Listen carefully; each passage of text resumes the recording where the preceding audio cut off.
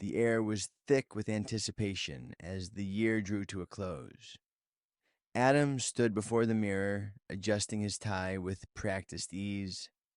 A smile tugged at the corners of his lips. This was his favorite time of year, the promise of new beginnings and the traditions that grounded him in love. Beside him, Emma, his wife of 5 years, applied the final touches to her makeup. Their eyes met in the reflection, and they shared a quiet smile, a connection only they truly understood. It had been a challenging year, but tonight, this moment felt like a fresh start. New Year's Eve was their tradition, dressing up, heading to Mike and Rachel's for their annual party, and ending the night with a kiss at midnight. A simple promise made years ago, a promise that always felt unbreakable. As Emma slipped into her crimson dress, Adam couldn't help but think how lucky he was. This was how it should be, a perfect night to celebrate love, a perfect night for a new beginning. Mike and Rachel's house buzzed with energy, the air alive with laughter, chatter, and music. The scent of hors d'oeuvres and champagne blended with the fragrance of perfume and cologne from the well-dressed crowd. Adam felt the warmth of familiarity wrap around him as they made their way through the house, pulling Emma closer to his side. But tonight, something felt different. Emma, radiant in red, caught the attention of everyone in the room. Adam couldn't help but notice the admiring glances thrown her way. She was stunning, and as always, effortlessly elegant. Adam wrapped an arm around her waist, squeezing gently, a possessive gesture, one he knew she would return later. They mingled with friends, chatting about vacations, work, and, of course, the usual holiday gossip. Emma's laughter rang out as she spoke with Rachel, while Adam found himself drawn into a conversation with Mike about the latest sports scores. They were the picture of the perfect couple, comfortable, familiar, and easy. But something lingered in the air tonight, something Adam couldn't quite place. He tried to ignore the feeling. It was just excitement, he told himself, just the energy of the night. But as the evening wore on, the unease began to grow. Adam's trust in Emma had always been unwavering. She was the life of the party, outgoing, charming. But tonight there was a shift. As he moved through the crowd, he noticed her laughing, a sound that always made his heart leap. But this time it wasn't Rachel or one of their close friends she was laughing with. It was Caleb, a man Adam didn't recognize. Caleb leaned in, making some joke, and Emma's smile grew wider. There was an undeniable chemistry between them, and Adam felt a sharp pang of discomfort. He tried to push the feeling aside. Maybe it was nothing, just two people enjoying the evening. But Caleb was magnetic, tall, broad-shouldered, and impeccably dressed. He exuded confidence, and Emma seemed to be soaking up the attention. Adam shook his head, trying to dismiss the unsettling thought.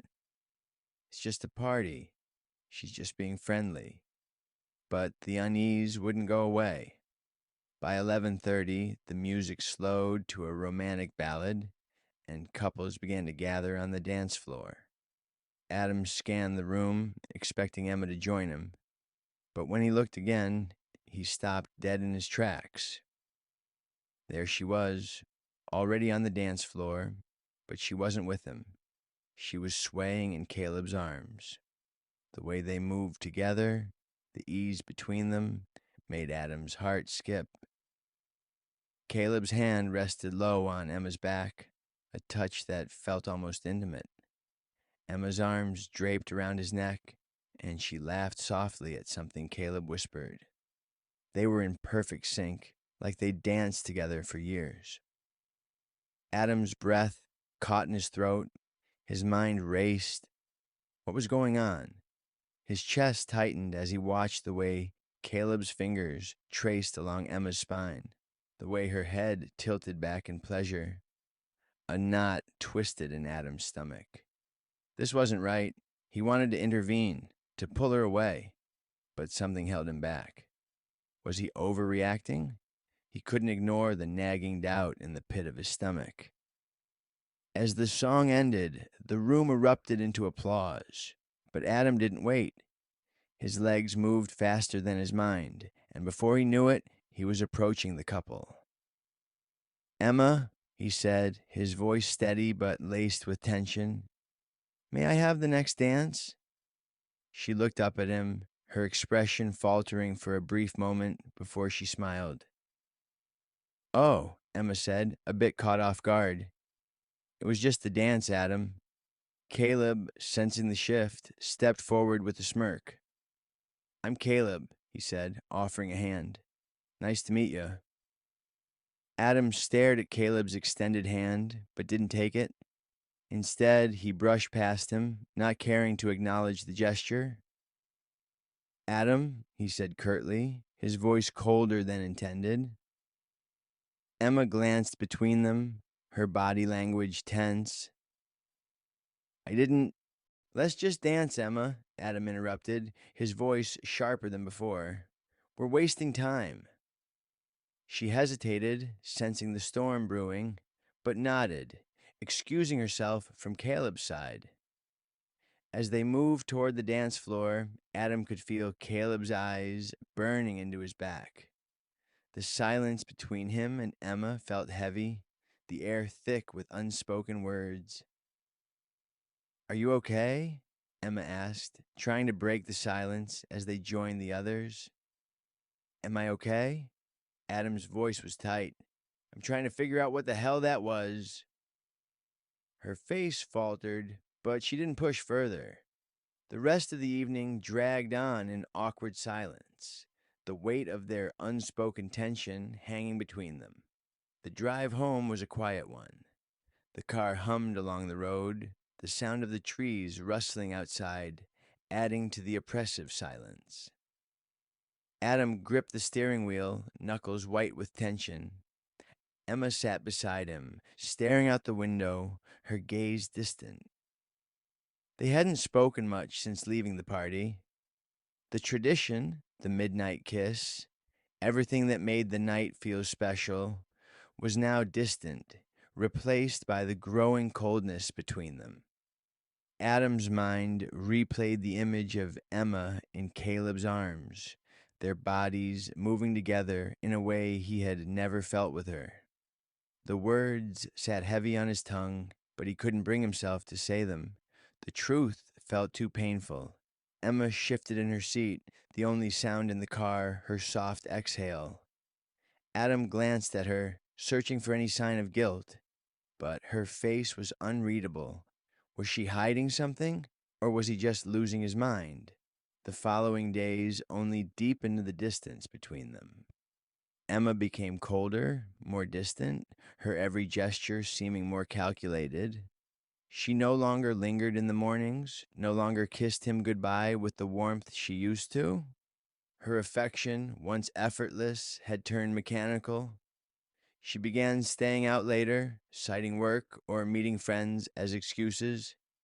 Her phone was always close by, face down, whenever Adam was near.